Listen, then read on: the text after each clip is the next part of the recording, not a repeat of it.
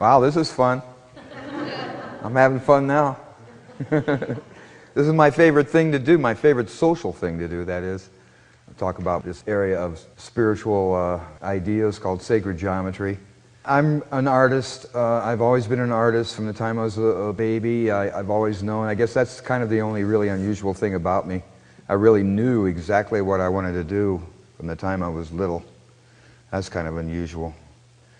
And I've been off and on that path over the years, and I keep getting directed back to it. And I mean, even when I was a baby, I saw it as a spiritual idea. I saw it as a spiritual goal to make art as an assignment.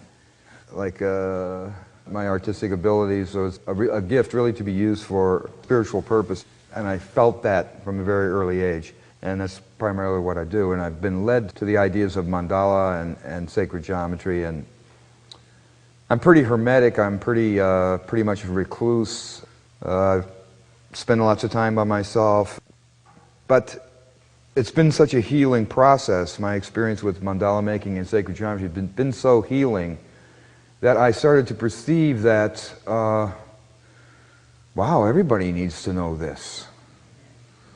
And so I was called like a shaman in a way to try to express what I've come to know to as many people as I possibly can. That's my primary goal for the rest of my life, is to, I feel a little bit like Johnny Appleseed. You know, except I guess I'm Charlie Geometry Seed or something. But I'm out there, you know, looking for some place to plant these seeds.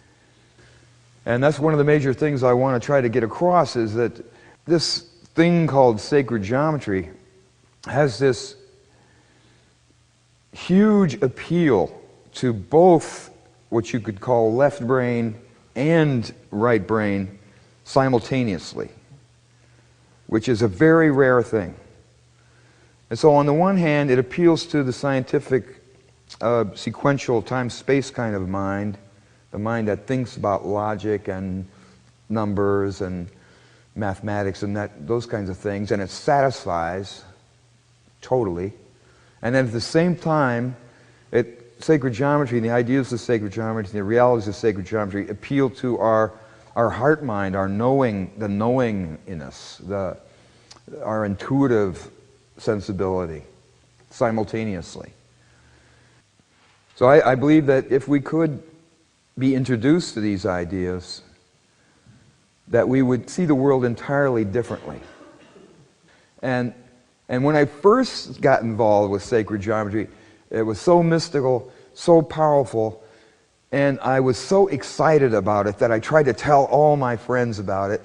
And you know, I'm stumbling around trying to find words for something that there aren't any words to. And I would say, but Sam, you gotta, it's, you know, and I would start to talk about it, and their eyes would just glaze over in about 5 seconds as soon as I started talking about it. And I said, oh my God, this is not easy to do. This is really, really hard. Well, I've been practicing for a long time. And I think that I have the words, I believe.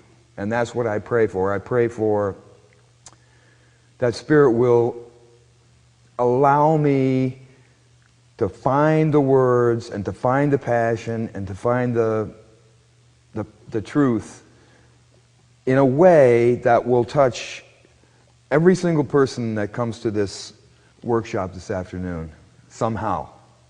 I don't know how, but that is my goal and that is my intent, to touch everyone and to plant some kind of seed that will significantly affect the quality of your experience here in this time-space opera that we're in the middle of. So one of the things we're going to do this afternoon when we get going into this workshop, I've got this book which is all loaded with cool stuff. I made this so that you can disassemble this and you can scan it and you can put it in your computer, you can duplicate it. That's the idea. Yeah, and there's lots of templates in here. Now you can make your own mandalas, and I want you and encourage you to play with these forms in here. All right? So even if you come and you just get the book and you stand up and you walk out, you'll be ahead. But if you stay, oh yeah. You'll get a lot more. So I just wanted to say one more thing, and I'm going to let you go. And I was struck when this candle was lit, because the whole essence of sacred geometry is based on single-pointedness, oneness, at-one-ment, atonement, unity idea, undivided single-pointedness. And when Joanne said this light, which represents Christ consciousness, is everywhere, yeah, that flame and that little dot is a manifestation of single-pointedness, and that flame is in all of us, the same flame, the same single point, and that is the whole essence of sacred geometry. Omnipresent, omnipotent unity. And the way it unfolds into duality, and the way it returns to unity.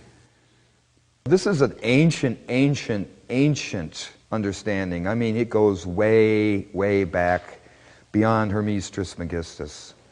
It was there before the flood.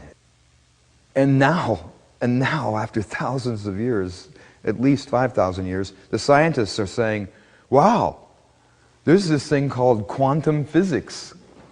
And it's saying single-pointedness becomes duality, and then it becomes unity, and then it disappears, and then it comes back. Wow, this is a mystery. Even science is embracing the incredible mystery of the universe, the magic of it. They're actually dealing with it. Right up against mystery. Science and mystery like this for the first time. I love it. We are really going to have a lot of fun this afternoon, and we're going to have a lot to share with one another, and I really, really appreciate the opportunity and hope to see you all there. Thank you very much.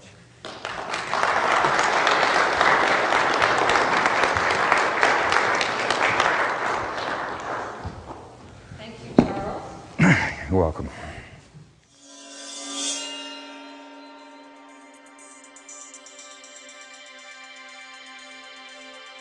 Can you feel sacred geometry? Do you feel the natural attraction? Come to our next workshop. You'll love it. I guarantee it.